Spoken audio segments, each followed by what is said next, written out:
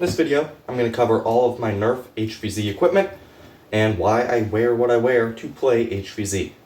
HvZ is a game of humans versus zombies where a bunch of nerds run around pretending they're in the zombie apocalypse with Nerf blasters. Those games can be themed after zombie or non-zombie media. I've played games where it's Jason Bourne, Indiana Jones, Wii Sports. There's a great variety to the gameplay.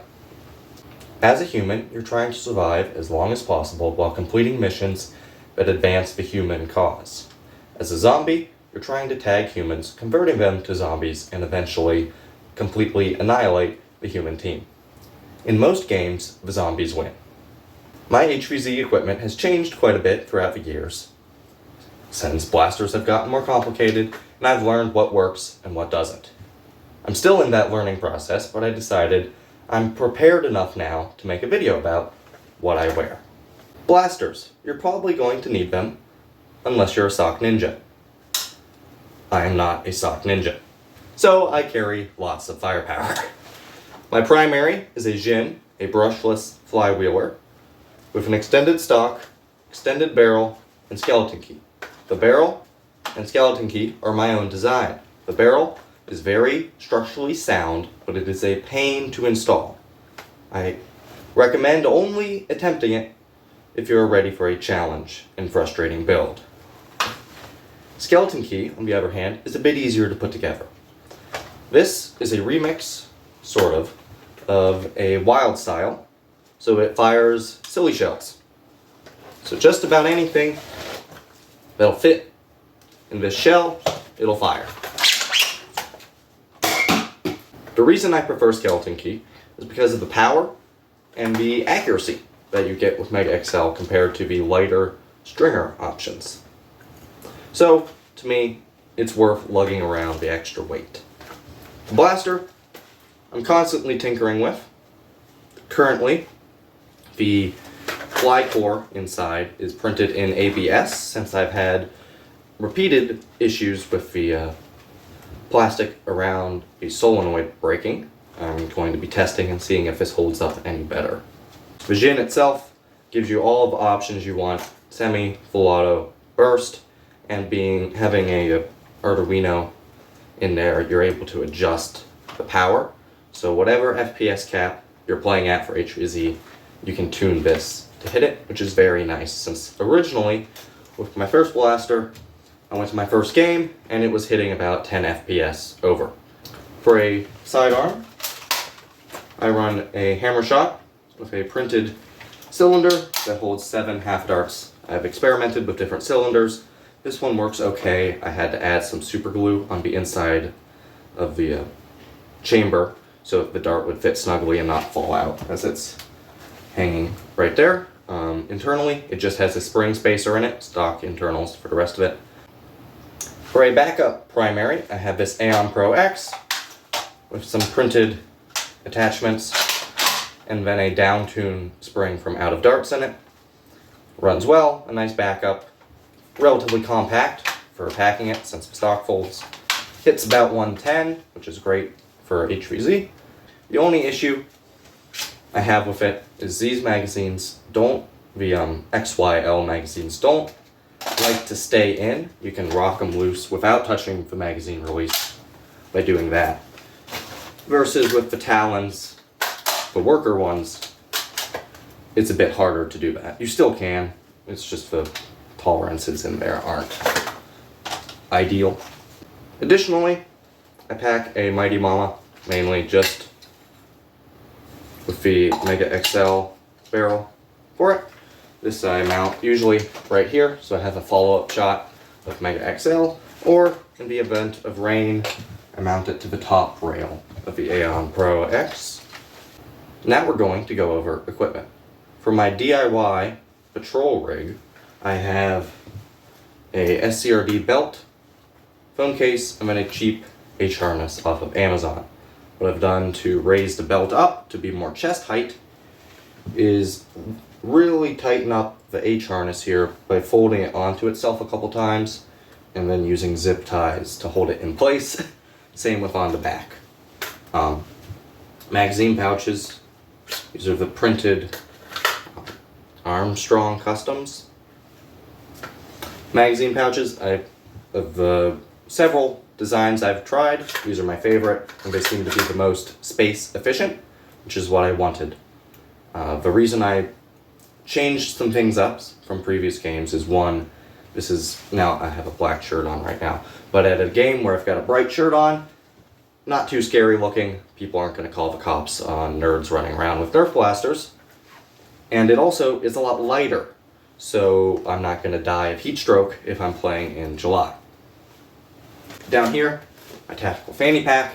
I have just a pouch rigged up on here. It really just loops running around a belt. This pouch is my Mega XL and tools pouch.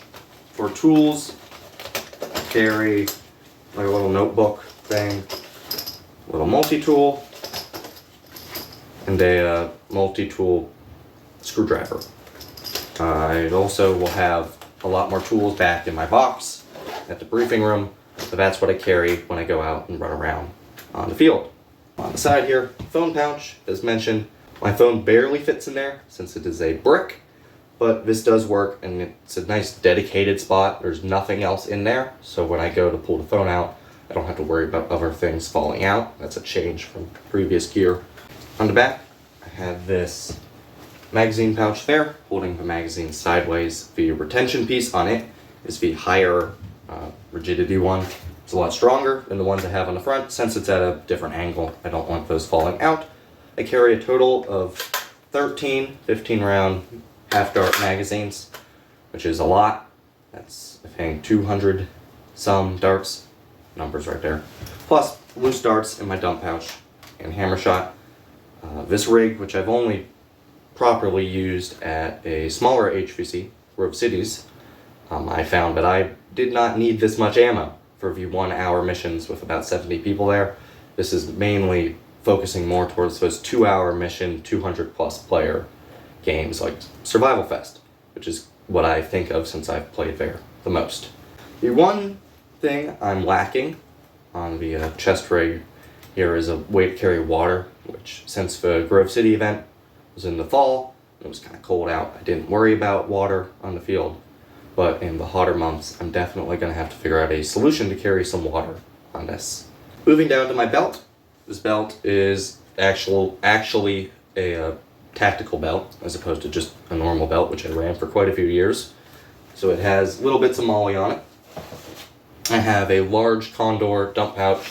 I've used this at every game I've been to. It's great, and it's giant. It'll fit big worker 22s, and it'll fit most of my 15s when I just dump them in there.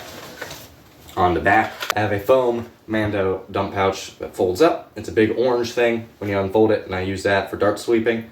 So if it's my stuff, it goes in this pouch. If it's somebody else's, it goes in that one. On this side, I have another Armstrong custom piece. This holster magnet plate. It's the full-size one for my hammer shot, and then it also can fit this. I've moved it from my thigh up to my hip for mobility. I found that it just kind of slid around, and that many times throughout the game I was trying to adjust that, and there's no point in doing that. It does not shift. It is on there. It's not going anywhere. The belt itself has like an outer and inner. So the inner belt that actually holds your pants up, that has Velcro on it. Then the inside of the tactical belt has Velcro as well. So I could pull all of my attachments and pouches off in the briefing room without losing my pants. The pants are another Amazon special. I've had them for every HvZ game as well. They are just tactical pants on Amazon. Look around, see what you like. I got these mainly because they had a whole bunch of pockets, and I want pockets. The front two pockets I use for more Mega XL. One of these back pouches, I think I put some socks in, but I keep some of them open just for if I need to pick up more stuff on the field. Headwear. Hats are nice. They keep the sweat out of your eyes and the sun out of your eyes. Most games, a ball cap will be sufficient, but I also wear a boonie hat sometimes to keep the sun off my neck. And then if it's colder out, a beanie is nice as well. And eye pro, you need it. I don't have it on right now, so it doesn't glare for you, but I just, simple pair of clear eye pro. Comes with a lot of pro blasters now. You need it. That is a necessity. Another necessity is an orange bandana. That's how all games will indicate whether you're a human or a zombie based on where that bandana is. Unless you're going to one of the big games, you're going to need to bring your own. Another piece of gear that's worth investing in is a sling. Depending on the blaster you have, you'll want a 2-point or 3-point sling. I have a 2-point on this because it is a big heavy blaster, but I have a single point for lighter blasters. And comfort-wise, I prefer a single point, but it is necessary to have 2 points on this to make it usable. The gloves I use are mechanics gloves. They're the rubbery ones, so they have a lot of grip, which is helpful. In conclusion, all of this extra gear is really unnecessary. You only need eye pro, a bandana, and some socks. But if you enjoy tinkering and building things like I do, this is kind of fun. But in the end of the day, no matter what gear you brought, you will likely leave the game with an insatiable appetite for brains. Thanks for watching.